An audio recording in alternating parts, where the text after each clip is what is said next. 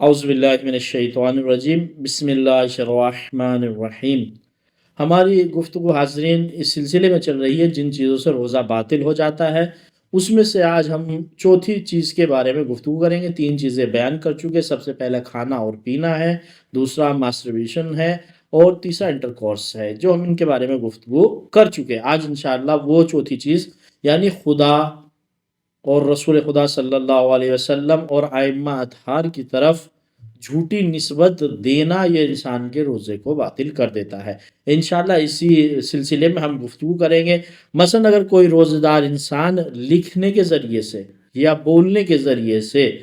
کوئی ایسی بات خدا کی طرف نسبت دے یا رسول خدا کی طرف نسبت دے یا ائمہ اطہار کی طرف نسبت دے، جو بات انہوں نے نہیں کی ہے وہ بات جھوٹی ہو، ان کی طرف نسبت دی جائے، تو ایسے انسان کا روزہ باطل ہو جاتا ہے۔ اگرچہ وہ فوراً، جیسے مثال کے طور پر اس بات کو فوراً کہے کہ بھئی یہ میں نے جو بات کہی تھی یہ جھوٹ کہی تھی، یا میں ائمہ سے، اللہ سے اس بات کی توبہ مانگتا ہوں، تو ایسی صورت میں احتیاط واجب کی بنا پر تو بھی روزہ باطل ہو جائے گا۔ اگر وہ روزہ جو انسان نے روزہ رکھا ہوا تھا وہ ماہ رمضان کا روزہ ہے، تو احتیاط واجب کی بنا پر انسان کو اس دن کا روزہ قصد مطلقہ کے یعنی بغیر جو ہے اس میں کچھ کیے اس روزے کو تمام کرنا پڑے گا، اور اس کی بعد میں قضا بھی کرنی پڑے گی۔ یہی بات اگر مثال کے طور پر اگر وہ بات جو کہنے والا ہے، جو مثلا اگر جناب فاطمہ زہرا اور جو تمام نبی ہیں رسول خدا صلی اللہ علیہ وسلم کو چھوڑ کر، ان کی طرف بھی اگر احتیاط مستحب کی بنا پر جھوٹ کی نسبت دی جائے تو تب بھی یہی حکم ہے، ٹھیک ہے۔ اور شاید ایک ذکر یہ ہے کہ مثلا اگر انسان ایک بات کو، جو جھوٹی بات کہہ رہا وہ تنہائی میں کہے، یعنی اسے کوئی سننے والا نہیں ہے، یا یہ کہ وہ جو بات کہہ رہا ہے ایسے لوگوں کے سامنے کہہ رہا ہے جو اس کی بات کو سمجھتے نہیں، یعنی یا تو زبان کا فرق ہے یا اس علم کا فرق ہے، یعنی مثلا فرض زبان ہی کو سمجھ لیجئے گا۔ مثلا کوئی انسان یہاں ہندوستان میں ہم سرزمین پہ بسر زندگی بسر کرے، کوئی آ کر عربی زبان میں کسی چیز کو بات کہنے لگے اور وہ سامنے والا نہ سمجھے، تو ایسی صورت میں بھی اس کا روزہ باطل نہیں ہوتا۔ لیکن ہاں، اگر اس کی بات کو ضبط کیا جا رہا ہے، بعد میں ایسے لوگوں کے سامنے پیش کیا جائے گا جو اس کی بات کو سمجھ رہے ہوں، اور اس سے جو ریکارڈ کرنے کے بعد ان کے سامنے پیش کیا جائے گا، تو ایسی صورت میں اس کا روزہ باطل ہو جائے گا۔ اب مثلا دیکھیے گا ایک بات، اب یہ مسئلہ تمام ہو گیا۔ اب دوسرا مسئلہ یہ ہے کہ اب انسان کوئی بات کہنا چاہتا ہے، جیسے ہم بھی ہماری گفتگو میں، عام گفتگو میں بات آتی ہے، ہم نے بہت سی باتیں سنی ہوتی ہیں،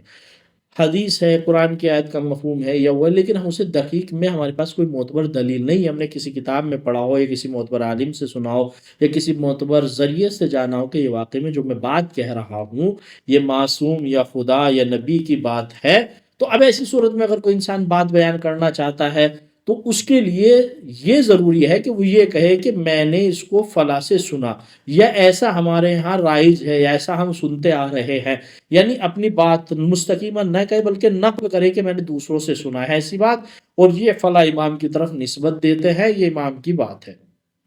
تو ایسی صورت میں اس کا روزہ باطل نہیں ہوگا۔ لیکن اگر وہ ہاں مستقیما کہے کہ یہ امام نے بات کہی ہے اور اس کے پاس کوئی دلیل معتبر نہیں ہے کہ ثابت کر سکے کہ واقعی میں بات نبی یا امام کی یا اللہ کی ہے، تو ایسی صورت میں اس کا روزہ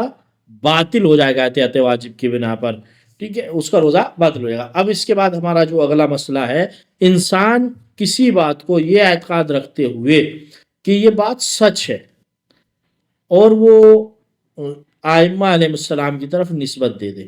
کہ مثلا بات بیان کرے، اسے یقین تھا کہ یہ بات جو میں بیان کر رہا ہوں کہ واقعی میں اللہ کی بات ہے، قرآن کی مفہوم ہے یا حدیث قدسی کا مفہوم ہے، یا یہ نبی نے بات کہی ہے، حدیث کہی ہے، یا کسی امام نے بات کہی ہے، اسے یقین ہو کہ یہ واقعی میں یہ بات بالکل سچی ہے، 100% صحیح ہے، اب وہ کسی کی طرف نسبت دے کے اس بات کو بیان فرما دے، لیکن اس کے بعد اس کو پتا چلے کہ جو میں نے بات کہی تھی کہ یہ بات میری جھوٹی نکلی ہے، یعنی یہ بات جھوٹی ہے، تو ایسی صورت میں اس کا روزہ باطل نہیں ہوگا، چونکہ اس نے یقین یہ رکھتے ہوئے کہا تھا کہ بات جو میں بیان کر رہا ہوں سچ ہے۔ اب اسی کے برعکس اگر انسان کسی بات کو یہ سمجھ کے کہے کہ یہ مثلا یہ چیز جھوٹی ہے، یعنی نبی کی بات نہیں ہے، کسی حدیث کا انکار کرے کہ نبی کی نہیں ہے، یا مثلا آیت کے مفہوم کا انکار کرے یا کسی امام کی حدیث کا انکار کرے، لیکن حقیقت میں جب اس کی بررسی کی جائے وہ واقعی میں سچ نکلی جائے، بعد میں متوجہ ہو جائے کہ جو بات کہی تھی، جو میں نے جس کو جھوٹ سمجھ کر رد کیا تھا بات کو، وہ بات تو سچ ہے،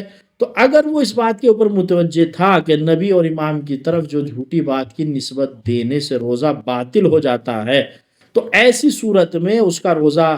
احتیاط واجب کی بنا پر وہ اسے کیا کرنا ہے، اس کا روزہ باطل، یعنی یہ عقیدہ تھا کہ ایسا کرنے سے روزہ باطل ہو جاتا ہے، تو اب اسے کیا ذمہ داری ہے اس کی، تو اس کی احتیاط واجب کی بنا پر اس دن کے روزے کو جو ہے قصد مطلقہ یعنی قربت مطلقہ کی نیت سے روزے کو تمام کرے گا اور اس روزے کی وہ قضا بھی انجام دے گا۔ ٹھیک ہے، اگر انسان اس جھوٹی بات کو بیان کر لے جو بہت سے قصے کہانی خدا کی طرف نسبت دے کر گھڑ دیے گئے ہیں، بنائے گئے ہیں، وہ جھوٹ کسی دوسرے کا گھڑا ہوا ہے، اگر وہ انسان مستقیماً اس بات کو بیان کرے، دوسرے کی طرف نسبت نہ دے، تو ایسی صورت میں اس کا روزہ باطل ہو جاتا ہے۔ لیکن ہاں اگر وہ اس کو کہے کہ یہ مثلا اس طرح کی بات گھڑی ہوئی کسی کی بنایا ہوا جھوٹ ہے خدا کی طرف، نبی کی طرف یا امام کی طرف، اور اس کو صرف نقل کرے، تو ایسی صورت میں اس کا روزہ باطل نہیں ہوتا ہے۔ اب یہی مسئلہ آتا ہے کہ مثلا اس کے کسی روزے دار کے سامنے ایک بات بیان کی جائے اور اس سے سوال کیا جائے کیا نبی نے یہ بات کہی ہے، اللہ کے قرآن مجید کے اندر یہ بات ہے، امام نے یہ حدیث کو کہا ہے، جہاں اسے ہاں کہنا تھا یعنی یس کہنا تھا اس نے نو کہہ دیا، یا جہاں نو کہنا تھا اس نے یس کہہ دیا، اور وہ اس مسئلے کی طرف متوجہ تھا، تو ایسی صورت میں بھی اس کا روزہ باطل ہو جائے گا۔ یہ دیکھیے گا بڑی مرحلے عجیب ہے کہ مثلا یہاں تھوڑا سا روک کر میں بات متوجہ کر رہا ہوں، آج ہماری واٹس ایپ کی دنیا میں جو ایک شوق ہم نے پالا ہوا ہے، تو ہم جیسے ہی ہماری طرف میسج آتا ہے کہ دیکھیے گا اکثر حدیث میں واقعی میں ہمیں پتہ نہیں ہوتا کہ حدیث امام کی ہے یا نہیں، کیونکہ ہمارا اتنا مطالعہ اتنا علم وسیع نہیں ہے کہ جو ہم اس حدیث کی حقیقت کے بارے میں جانتے ہیں کہ یہ امام کی ہے یا نہیں ہے کسی امام کی۔ لیکن ہاں بعض موقع پر ایسا ہوتا ہے کہ یہ تو پتہ ہے کہ کسی معصوم کی حدیث ہے، لیکن کس امام کی ہے تو اس میں تھوڑا سا شک اور شبہ ہوتا ہے۔ تو لیکن اب اس کے مسئلے پہ جب ہم جیسا بھی یہ میسج کو فارورڈ کرتے ہیں، تو ایسی صورت میں چونکہ ہم نے وہی کہا کہ لکھنے کے ذریعے سے یا بولنے کے ذریعے سے خدا کی طرف نسبت جھوٹ کی دے تو روزہ باطل ہو جاتا تھا، ایسی صورت میں کیا کرنا ہے، تو آپ اس کے جب میسج فارورڈ کر رہے ہیں تو آپ اس کے نیچے لکھیں ایز فارورڈ، یعنی کہ جیسا میرے پاس آیا تھا میں ایسا ہی آپ کے پاس نقل کر رہا ہوں۔ تو لہٰذا اس کو بات کو سوچیے گا اپنے نیت میں بھی، اور اس کو وہاں باقاعدہ اظہار بھی کیجیے گا، یہ میں جو ہے اس کو جیسا میرے پاس آیا تھا میں آپ کی طرف ایسے ہی اس کو منتقل کر رہا ہوں۔ تو لہٰذا پہلی بات تو بڑی احتیاط کیجیے گا، ہر آدمی کی ذمہ داری نہیں ہے کہ جو میسج آپ کے پاس آئے آپ اسے فوراً دوسروں کی طرف منتقل کرنا شروع کر دیں، نہیں، ہر میسج کو اس کو نشر کرنے سے پہلے اس کے بارے میں سوچنا چاہیے، تحقیق کرنی چاہیے کہ واقعی میں جو میسج ہمارے پاس آیا ہے یہ سچ ہے یا جھوٹ ہے، اور سے ہم فوراً جو آگے فارورڈ کرتے۔ تو لہٰذا یہ نصیحت بھی سمجھ لیے گا، اور ہمارا ایک جو ہے آپ کو مشورہ اور برادرانہ ایک رائے بھی ہے، تاکہ آپ روزے کی حالت میں اس طرح کی چیزوں سے اپنا آپ کو بچا سکیں۔ اب اس کے بعد جو مسئلہ ہمارے سامنے آتا ہے، مثلا اگر انسان خداوند متعال کے کسی قول کو یا ائمہ اطہار کے کسی قول کو بیان کرے اور اس سے بعد میں پوچھا جائے کہ بھئی جو تم نے مثال، میں آپ کو اس مسئلے کو مثال سے زیادہ سمجھاؤں گا تو آپ کے لیے بہتر سمجھ میں آ جائے گا۔ ایک دفعہ ہم اس سے تائید کراتے ہیں اس کی بات کی، ایک دفعہ ہم اس سے وہی بات کو یعنی قول کو نقل کرواتے ہیں۔ مثلا فرض یہ جیسے ہم لوگ مجلس پڑھتے ہیں، جیسے ہم نے آج اب روزہ افطار لیا، اب رات میں مجلس پڑھی، اب کوئی انسان دن میں آنے کے بعد پوچھتا ہے کہ مول صاحب جو آپ نے رات میں رسول خدا صلی اللہ علیہ وسلم کی حدیث بیان کی تھی کیا وہ یہی حدیث ہے؟ کہ اگر وہ کہتا کہ ہاں میں نے یہی حدیث بیان کی تھی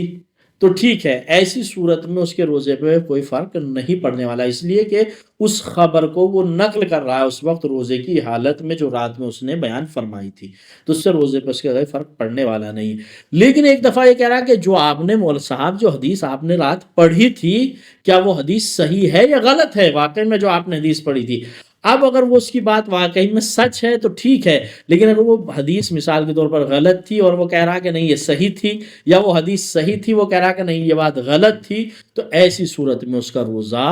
باطل ہو جاتا ہے۔ ایک دفعہ جسے میں اپنے سادے لفظوں میں بالکل مسئلے کو سمجھانے کی کوشش کروں، ایک دفعہ اس بات کو بیان کرنا بیان ہی جو رات بیان کی تھی، ایک دفعہ اس بات کی تصدیق یا اس کی تکذیب کرنا، یعنی کہنا ہے وہ بات سچ تھی یا جھوٹ تھی۔ وہ اگر واقعے کے مطابق تھی، واقعی میں آپ نے کہا کہ جیسے رات بیان کی تھی وہ بات سچ تھی، لیکن آپ نے کہا جھوٹ ہے دن میں روزے کی حالت میں، تو آپ کا روزہ باطل۔ اور جو آپ نے رات بات پڑھی تھی وہ بات غلط تھی، اور لیکن آپ دن میں کہا کہ نہیں میں نے بالکل صحیح بات پڑھی ہے، وہ صحیح بات تھی، تو بھی آپ کا روزہ باطل ہو جائے گا۔ آخری مسئلہ جو ہمارے سلسلے میں دیکھیے گا، قرآن مجید کو ہمیں صحیح طریقے سے پڑھنا چاہیے، سیکھنا چاہیے، یہ ہر مسلمان کے لیے ضروری اور لازم ہے۔ لیکن حد عقل دیکھیے گا، تجوید کے رعایت کرے تو بہت اچھی بات ہے، لیکن کم سے کم تلفظ کو صحیح ادا کرنا سیکھے۔ ٹھیک ہے، تجوید کا ایک میدان پھر بھی وسیع ہے کہ جس میں آپ اس کے حسن کے ساتھ تلاوت کرنے کے بارے میں، غنہ کہاں ہے، تجدید کہاں ہے، لین کہاں ہے، یہ تمام چیزیں جو آپ کو وہاں اس میں سیکھی جائیں گی، وہ اس کے حسن تلاوت میں اضافہ کرے گی، لیکن اس کے معنی پہ فرق نہیں ڈالے گی۔ لیکن بہت سی چیزیں ایسی ہیں کہ جو اس کی معنی کے اوپر اثر ڈالتی ہے، تو لہٰذا اس کا ہر مسلمان کے لیے صحیح پڑھنا، صحیح سیکھنا واجب اور ضروری ہے۔ مثلا اس سے فرق ہونا چاہیے کہ تلفظ ذال کیسے ہے، زاد کیسے ہے، اور زے کیسے ہے، اور وا کیسے، جو تازہ کہتے ہیں اس کا تلفظ کیسے ہے، اور واد کا تلفظ کیسے ہے۔ کیونکہ اس لیے کہ میں آپ کے سامنے مثال کے طور پر بات کہوں، ایک مرتبہ آپ نے کہا ذلہ، یعنی تازہ کہتے ہیں، اس کے معنی ہے سائے کے۔ ایک مرتبہ آپ نے کہا ذلہ، زال سے، اس کے معنی ہے گمراہ کے۔ ایک مرتبہ آپ نے زے سے ذلہ کہا، جس کے معنی ہے کنٹینیو رہنے کے معنی کے۔ ایک دفعہ کہا آپ نے ضالہ، یعنی ذات کے ذریعے سے کہا، تو اس کے معنی ہے کہ جو راستے سے ہٹا ہوا، بھٹکا ہوا ہو۔ تو اب اس میں معنی تبدیل ہو جاتے ہیں۔ جو یہی حکم قرآن مجید کی آیت کی تلاوت کے بارے میں جب آپ خدا کہنا کچھ چاہ رہا تھا اور آپ نے اس کے معنی تبدیل کر دیے۔ اگر اب اس مسئلے میں آپ کا حکم کیا ہے، جب روزے کی حالت میں آپ قرآن مجید کی تلاوت کر رہے ہیں، آپ صرف اور صرف تلاوت کر رہے ہیں، تو آپ کا روزہ باطل نہیں ہوگا۔ لیکن اگر آپ یہ کہہ رہے ہیں کہ جو میں پڑھ رہا ہوں بعین ہی اس بار میں خدا کی بات کی حکایت کر رہا ہوں، یعنی خدا نے یہی بات کہی ہے، تو اس صورت میں آپ کا روزہ باطل ہو جائے گا۔ یہ بڑا مرحلہ، سوچ کے دیکھیں۔ پھر دوبارہ اس مسئلے کو سمجھا دیتا ہوں۔ آپ صرف تلاوت کر رہے ہیں قرآن مجید کی، اگر آپ کے تلفظ صحیح نہیں ہے تو اس وقت آپ کا روزہ باطل نہیں ہوگا۔ لیکن اگر آپ خدا کے قول کی حکایت کر رہے ہیں کہ خدا نے بعین ہی یہ بات کہی ہے جو میں اپنی تلاوت میں دہرا رہا ہوں، تو ایسی صورت میں روزے کے لیے مشکل کھڑی ہو جائے گی، روزہ باطل ہو جائے گا۔ تو لہٰذا صرف تلاوت کی نیت سے روزہ باطل نہیں ہوگا، آپ روزے کی حالت میں تلاوت کر سکتے ہیں۔ اور یہی دیکھیے گا، بعض مراجع جو ہمارے استاد تھے وہاں قم کے اندر جو عربی ہمیں پڑھاتے تھے، وہ یہی کہتے تھے، بعض عرب مراجع کا حکم یہی ہے عربوں کے لیے خاص کر، کہ جو عرب زبان ہے اگر وہ تلفظ صحیح نہیں کر پا سکتے تو ان کا اگر وہ حالت روزہ میں قرآن مجید کی تلاوت کرتے ہیں تو ان کا روزہ باطل ہو جاتا ہے۔ تو لہٰذا اس چیز کے سمجھنے اور سیکھنے کی ضرورت ہے۔ قرآن مجید کو صحیح سیکھا جائے اور مسئلے کو صحیح سمجھا جائے۔ آپ صرف تلاوت کی نیت سے تلاوت کیجیے گا، چونکہ ہم عرب زبان نہیں ہے، تو لہٰذا صحیح معنی میں ہمیں پہلی بات تو سیکھنا چاہیے، اور اگر ہم نے صحیح سے تلفظ نہیں سیکھا ہے تو اس وقت ہم یہ نیت نہ کریں کہ بعین ہی جو خدا کے کلمات ہیں انہیں کو دہرا رہے ہیں، بلکہ صرف تلاوت کی نیت سے آپ قرآن مجید کی تلاوت کیجیے گا تاکہ آپ کا روزہ بچ جائے۔ فقط والسلام ورحمۃ اللہ وبرکاتہ۔